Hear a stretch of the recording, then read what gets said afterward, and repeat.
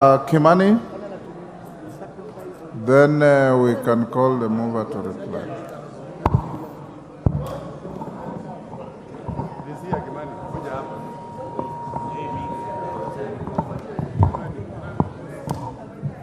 Thank you, Mr. You are giving the microphone to a member I have not called out. Thank you. Yes, Kimani. Thank you, Mr. Speaker. We appreciate the debate that you've held this afternoon and the views held by, among others, the Honorable Atendi Amolo. And tomorrow, during the Committee of the Whole House, the Joint Committees of Finance and National Planning and that of Housing, Public Works and Urban Development will be putting across several amendments so that we align the fears that members of this Honorable House has raised. But a few of those things that I would like to reply to is, one, the issue or the question of the ownership of land and the transfer of these houses, or where these houses are built on public land and how they are transferred from public land to private land. One of the amendments we'll be moving tomorrow is an amendment to the Lands Act. It is a provision that all the transfer of land from public to private will have to follow the Land Act, Honorable Speaker. The issue about penalties in terms of the times when these levies are levied to the relevant authority, we will also be promoting an amendment so that they are in line with the Tax Procedures Act, so that the fines and the penalties that shall accrue as a result of late disbursement of these funds will follow the rest of the taxes as proposed by the as enshrined in the Tax Procedures Act. Honorable Speaker, one of the key amendments that we have done is we've created the fund. And now this fund, instead of trying to reinvent the wheel and them trying to implement these affordable housing programs, the bill proposes to use existing structures of governance, including county governments, including the National Housing Corporation, including the State Department in charge of housing, and other private entities that could be involved in the issue of affordable housing. So the monies are collected as a levy by KRA, they're taken into the fund, and then it is a fund that disburses these monies to the respective agencies. The agencies will implement the housing programs. And once the houses are complete, they are going to be transferred to the fund. And now it is now the fund that is going to distribute these houses to Kenyans, Honorable Speaker. The issue about whether to buy or rent has also been addressed in the amendment that will be moving tomorrow, that now provides that this affordable housing will be available for whether you want to buy or rent, Honorable Speaker. The issue of the 10% deposit, again proposed as a bill, is one of the things that we propose to delete tomorrow during the Committee of the Whole House, because we listened to Kenyans and they said that 10% proposed deposit is too punitive and might not be affordable to the majority of hustlers that want to get involved in this program, Honorable Speaker. Lastly, there was a fear that these houses will be taken by the rich at the expense of the people that should benefit from this affordable housing. And therefore, we'll also be proposing to have one ID, one KRA PIN, one house, so that we do not have people taking advantage of this particular program and going to invest in them at the expense of the hustlers that are benefiting from this program, Honorable Speaker. We have also clearly defined what an affordable house, and most importantly, Honorable Speaker, one of the things that came out of the public hearings is a need for institutional housing.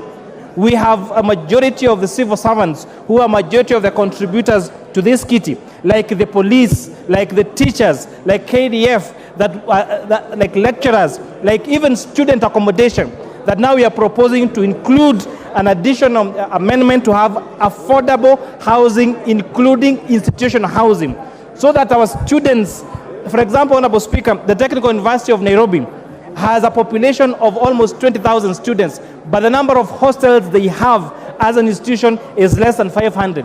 And this means that we have had mushrooming of slums around universities. If you go to Kenyatta University, the students there live in KM.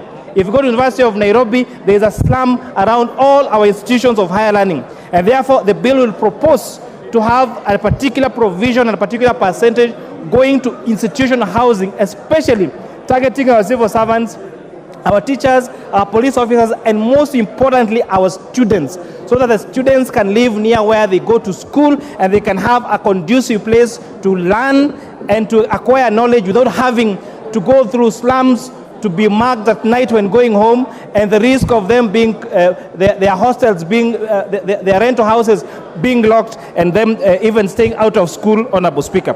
With those many remarks, Honorable Speaker, I beg to support this bill, and again, tomorrow during the Committee of the Whole, the joint committees will be proposing an array of amendments to safeguard some of the things that our members, especially from the minority side, has raised. I beg to move, Honorable Speaker. Order, honorable members. Order.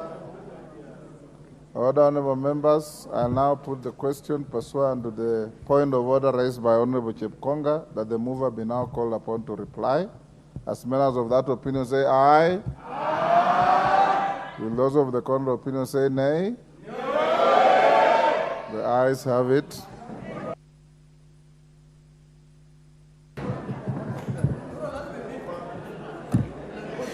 Thank you, Honorable Speaker. Honorable Speaker, allow me in reply to first thank all the members who have contributed. Honorable Speaker, last Thursday when this debate began, just to dissuade that fear by the Honorable Tiende Amolo that this bill is being rushed, we were here up to 7 p.m. and very many members contributed. And I sat here pensively listening to all the contributions by the members.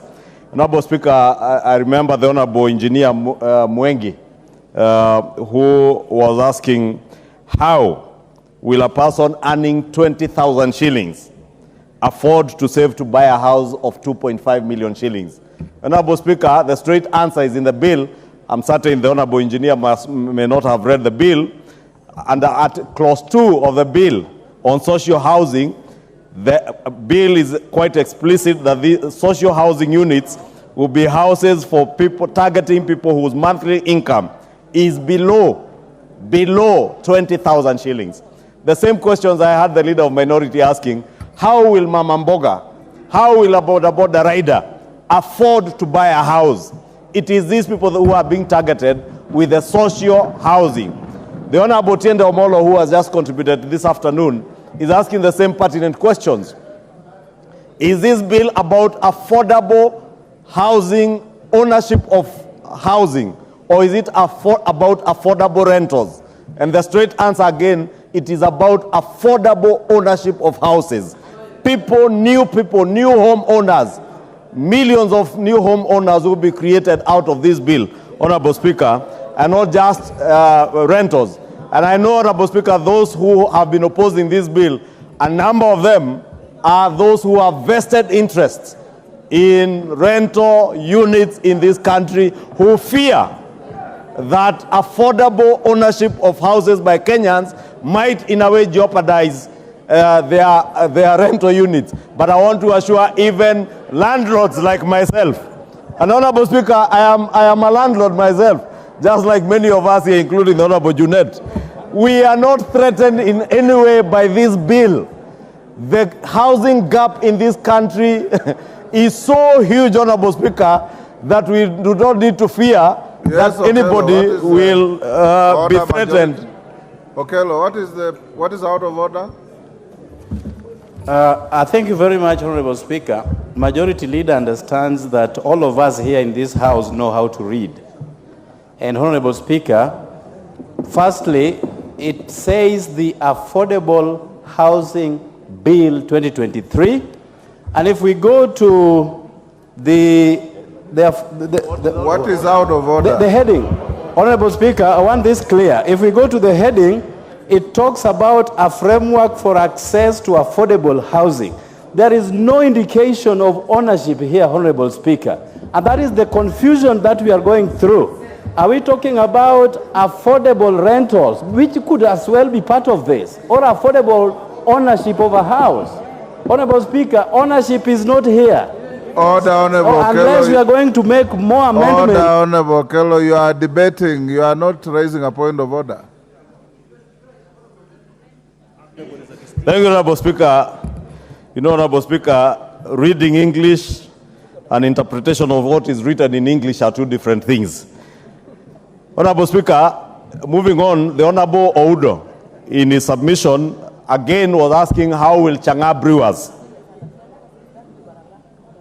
or rather he asked that many of his, many constituents who are Chang'wa brewers and pose the question that what mechanism will be there to collect this money, and I think it's the same question that the Honorable Opio and I was asking, what mechanism will be there to collect this money as directed by the court? And Honorable Speaker, it is indeed true, as the Honorable Otiende Omolo has submitted, that it is the courts that said we are not levying this tax to a certain section of Kenyans. And therefore, in curing that problem that the court pointed out, then a provision was created for us to use the Tax Procedures Act, as has been clearly stipulated by the chair of the Finance Committee, to collect from every Kenyan who is earning an income. And Honorable Speaker, whether you are a farmer, whether you are a Chang'aa brewer, and maybe to Honorable Udo, it is brewers, not Chang'aa brewers, because Chang'aa brewing is an illegitimate trade that I don't know whether there is a way of collecting taxes from a legitimate trade. But for any person who is involved in legitimate earning of an income, they shall be obligated to pay this under the Tax Procedures Act. And Honorable Speaker, there are fears that, like the Honorable John Badis has said, that KRA will harass people. KRA is a tax collector, not an agent for harassing Kenyans. And they will collect the taxes that are due from Kenyans in the manner provided for in law. Finally, Honorable Speaker, and I think is also an issue that you addressed when I think Honorable Junet or somebody else objected to the beginning of the debate on the question that appears on the memorandum of objects and reasons for this bill. Honorable Speaker, you put it so well that the memorandum is a storyline. Is a storyline describing what the proposer of the bill thinks of his bill. And at the point we formulated this bill as a proposer, it was my thinking that it will not affect county governments because it was a money bill that was designed to collect taxes, Honorable Speaker. But I have since been informed and guided even by the Speaker when the two speakers consulted and agreed that this bill does concern counties. Honorable Speaker, I am certain if and when this House dispenses with this bill, it will certainly be on its way to the Senate, and I have been in consultations with the leader of majority in the Senate. They are indeed waiting for this bill in the Senate. Order majority. Yes, Honorable Kajwang. Mr. Speaker, the majority leader raises a very interesting issue, which we need to investigate as a House on how bills are done and are published. Mr. Speaker, if a bill is styled to be a bill not concerning counties, and thereafter the proposer discovers that indeed it concerns counties, should this bill be printed afresh and published? Should it be debated in the manner in which it appears to be? This raises a legitimate... Order, Mr. Speaker, Order, I'll cut you there. The matter you are raising was actually raised here by your leader, the minority leader, and he prosecuted it very effectively, and the chair ruled on it. One, that the Speaker of the House and the Speaker of the Senate are satisfied and concur that this is a bill concerning counties. Two, that whatever is in the memorandum is something that will not find itself in the body of the law when you pass it. Three, that at committee stage you can amend anything including the memorandum to expunge any offending words that tend to indicate either impliedly or expressly that the bill does not concern counties, because it does. And it was all agreed by both sides that this bill concerns counties, and from here it will go to the Senate. So if you had been here when Wandai was contributing, you wouldn't have raised that point of order. Thank you, Honorable Speaker. I was hoping, Honorable Speaker, you would tell the Honorable TJ, give him the same response you gave to the Honorable Nyikal, that he's also suffering from being absent from the House. Yes. Because that is a matter that was indeed canvassed, and you made a very reasoned ruling on the matter. And indeed, as I was indicating in conclusion, Honorable Speaker, this memorandum as the Speaker directed. If anybody desires to amend the memorandum or my storyline of what the bill is about, you are at liberty to amend it when this bill comes for third reading. With those very many remarks, Honorable Speaker, allow me, Honorable Speaker, maybe, Honorable Speaker, in conclusion, Article 38, Clause 38, Honorable Speaker, and the Honorable Engineer Mwengi also spoke to the issue of the contributions, voluntary savings. And to an extent, he confused the voluntary savings to voluntary contributions into the fund.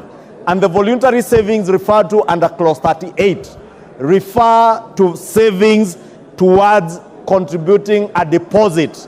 And is a deposit that the Honorable Chair of the Finance Committee has very ably stated that the provision that was there for a 10% deposit, and I remember when the units in Nakuru County were in Bondeni, Nakuru, were advertised, Kenyans raised that particular question as to whether how many Kenyans will be able to afford 100,000 shillings, and that is what the chairman of the Finance Committee has indicated that they have proposed in their committee report during third reading to remove the provision for a 10% deposit, so that Kenyans, even what we do, Honorable Speaker, when you are getting into a rental house, you are required to raise a deposit of 2 months deposit and one month rent, or 1 month's deposit and 2 months rent, and you pay an equivalent of your 3 months deposit as your deposit. Is probably something now with the removal of the 10% deposit that could be considered by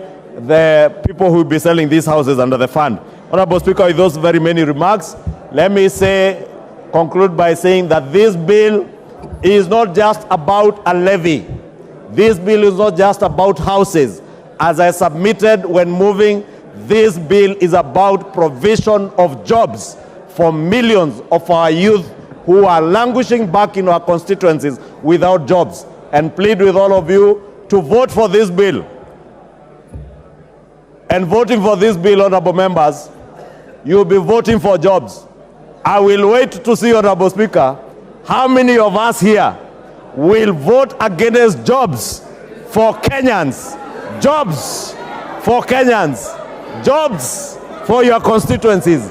This bill is nothing other than about jobs, jobs, jobs, jobs, jobs, jobs for your constituencies. Vote for jobs. Vote for employment. Vote for homeowners. Vote for wealth creation. Vote for a new Kenya. I submit and I reply, Honorable Speaker. Order. Honorable members on both sides of the House, you are totally out of order for turning the floor of the House into a rally situation. Honorable members, I'll now put the question, which is that the Affordable Housing Bill, National Assembly Bill number 75 of 2023, be now read a second time. As members of that opinion say aye. Aye. Will those of the contrary opinion say nay? Nay. The ayes have it.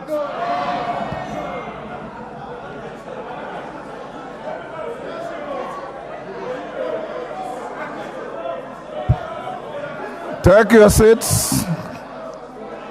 Take your seats, honorable members. Order. You have order, honorable members. Take your seats. You have the requisite number. Order. Order, honorable members. You have claimed a division. You have the requisite number. Before we ring the bell, allow me to acknowledge in the Speaker's gallery, order, the presence of Solian Girls High School from Eldama Ravine in Baringo. We can now ring the division bell for 5 minutes.